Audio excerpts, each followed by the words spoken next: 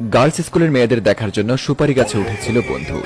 মেয়ে দেখা শেষে সুপারি গাছ থেকে নামার সময় সুপারি গাছে লাগানো পেরেকের সাথে আটকে গেল বন্ধুর দুটো সুপারি।